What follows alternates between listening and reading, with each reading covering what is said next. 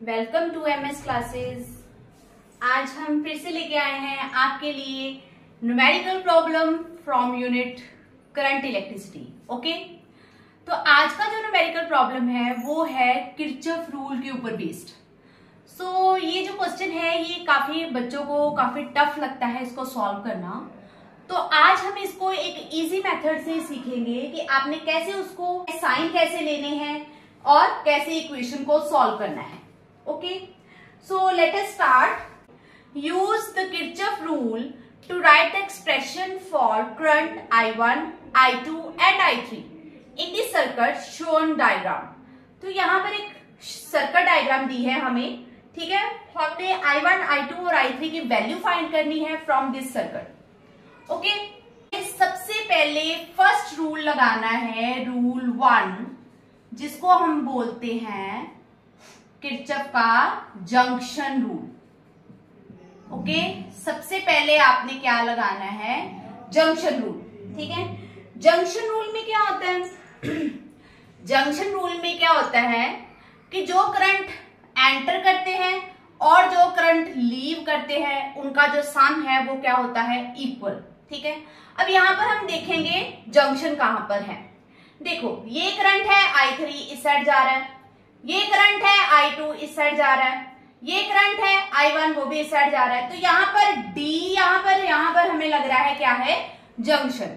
अब D point जो junction है वहां पर हमने देखना है कौन से करंट एंटर कर रहे हैं और कौन से लीव कर रहे हैं।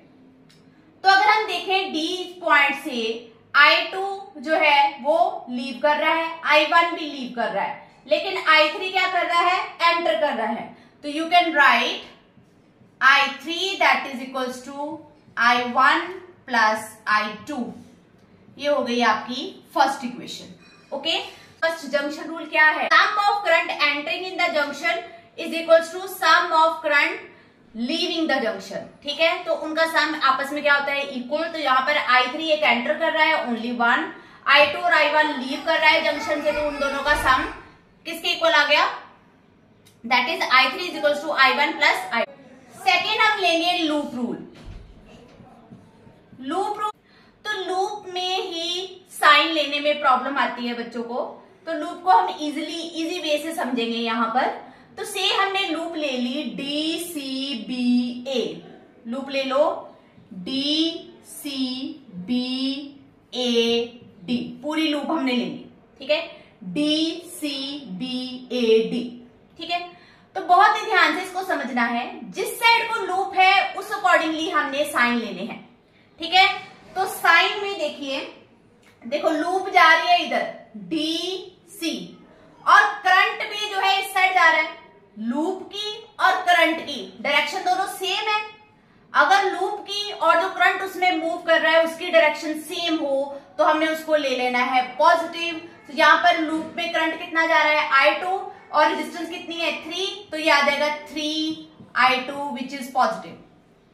ओके, अब लूप जा रही है CDA, लूप जा रही है B2A, लेकिन करंट है उससे ऑपोजिट। तो यहाँ पर जो 4I1 होगा वो क्या हो जाएगा, नेगेटिव, -4I1, ये नेगेटिव आ गया।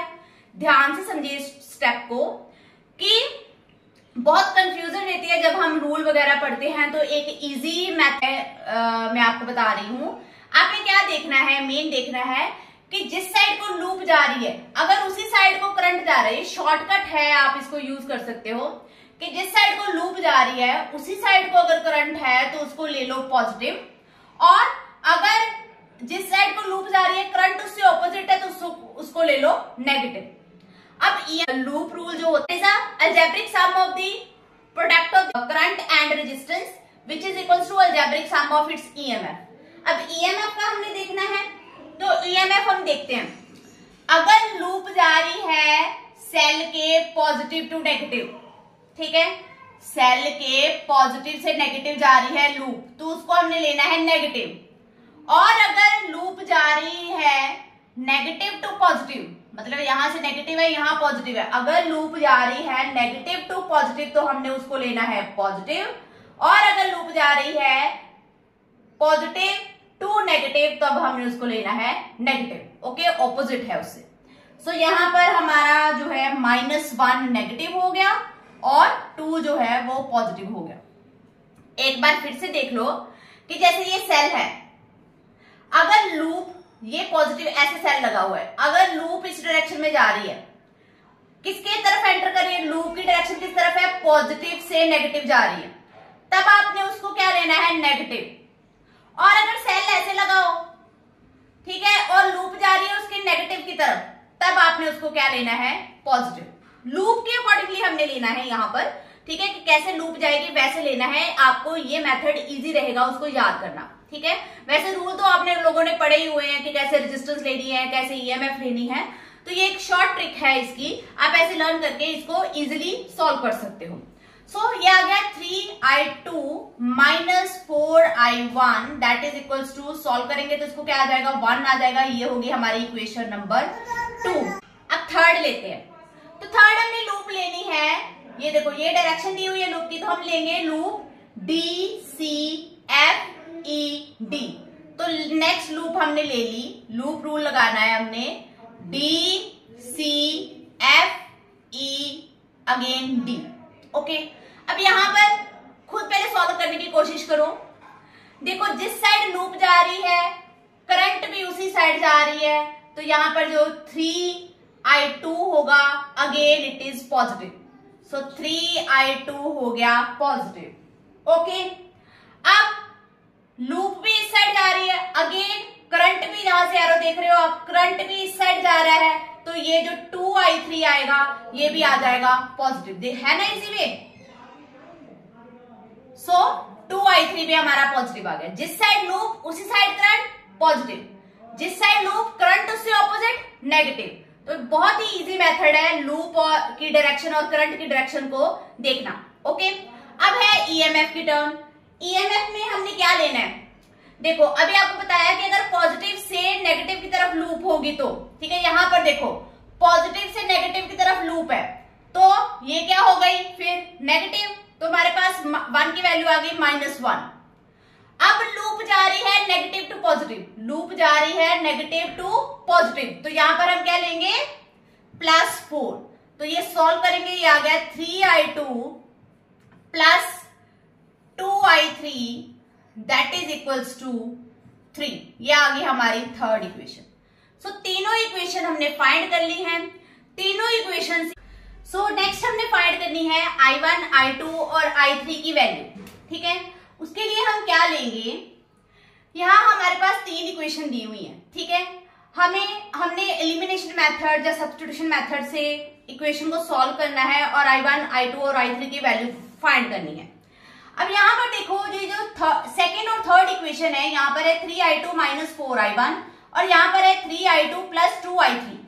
अब i3 जो है ये हमारा i1 सेम होना चाहिए, बट i3 की फर्स्ट इक्वेशन में वैल्यू कितनी है, i1 + i2।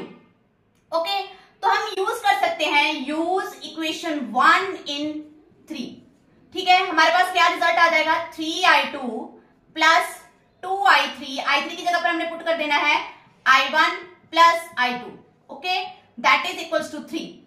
इसको सॉल्व करेंगे तो हमारा आ जाएगा 3i2 + 2i1 plus that is 2i2, okay, ये आ जाएगा and that is equals to 3। 2i2 ये 3i2 सॉल्व हो गए, ये बन गया 5i2।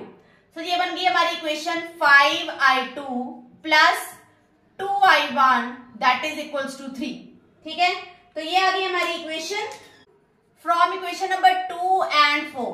इन दोनों को चाहे आप सब्स्टिट्यूशन मेथड लगाओ चाहे एलिमिनेशन मेथड लगाओ, जो भी आपको मेथड इजी लगता है आप उसको लगाकर इसको सॉल्व कर सकते हो। सो सेम यहाँ पर हमने फैक्टर जो है सेम करने होते हैं, तो यहाँ पर that is 3i2 - 4i1 that is equals to 1 और थर्ड जो इक्वेशन है that is 5i2 + 2i1 that is equals to 3। Clear. अब हमने क्या करना है, यहाँ पर ये चीज या ये चीज हमने सेम करनी होती है, तो यहाँ पर अगर हम इस इक्वेशन को 2 के साथ मल्टीप्लाई करें तो ये 4 सेम हो जाएगा, और जहां पर साइन पहले ही ऑपोजिट है तो हम उसको क्या कर देंगे, इक्वेशन को प्लस कर देंगे, ठीक है। तो हमारे पास क्या इक्वेशन बन जाएगी, 2 के साथ मल्टीप्लाई करने पर इसको हमने 2 के साथ मल्टीप्लाई कर देना है, तो ये आ जाएगा 10i2 plus 4i1 and that is equals to 6। Clear? अब हमने इसको कर देना है इक्वेशन को प्लस, क्योंकि साइन तो पहले ही ऑपोजिट है, तो ये हो गए कैंसल। 10 और 3 कितना आ गया अपना हमारा 13i2 and that is equals to 6 और 1 इज 7। सो i2 की वैल्यू हमारे पास यहाँ पर आ गई 7/13। i2 हमारा हो गया सॉल्व। ओके, अब हमने फाइंड करना है i1। तो i2 की वैल्यू हम फर्स्ट इक्वेशन में पुट कर देते हैं। 7/13 minus 4i1 is equals to 1। जब हम इसको सॉल्व करेंगे तो हमारे पास i1 की वैल्यू आ जाएगी दैट इज 2/13। ओके, i1 की वैल्यू आ जाएगी 2/13। तो करंट एम्पियर में होता है, तो आप इसको यहां पर इसके यूनिट भी लिख सकते हो। तो i1 की वैल्यू आ गई 2/13। ओके, अब हमने फर्स्ट इक्वेशन में i1 और i2 दोनों की वैल्यू पुट कर देनी है और हमारे पास i3 का रिजल्ट आ जाएगा।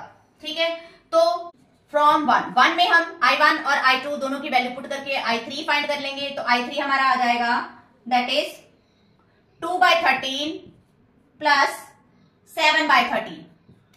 तो ये हम सॉल्व करेंगे तो कितना आ जाएगा हमारे पास 9/13। सो हमारे पास रिजल्ट तीनों ही आ चुके हैं। i1 हमारे पास आ गया है 2/13 एम्पियर। ओके, i2 हमारे पास आ चुका है 7/13 एम्पियर एंड i3 हमारे पास आ चुका है 9/13 एम्पियर। तो ये है हमारा रिक्वायर्ड रिजल्ट। ओके, हमने i1, i2 और i3 की वैल्यू फाइंड कर ली है। तो लूप रूल को और जंक्शन रूल को कैसे अप्लाई करना है एक इजी वे के साथ आपको बताया है यहाँ पर। इसी स्टेप को फॉलो करोगे तो आपका ये न्यूमेरिकल जो है वो इजीली सॉल्व हो जाएगा। वीडियो अच्छी लगी हो तो हमारे चैनल को सब्सक्राइब करें, वीडियो को लाइक करें और हाँ, वीडियो को शेयर करना मत भूलना। Thank you, bye bye.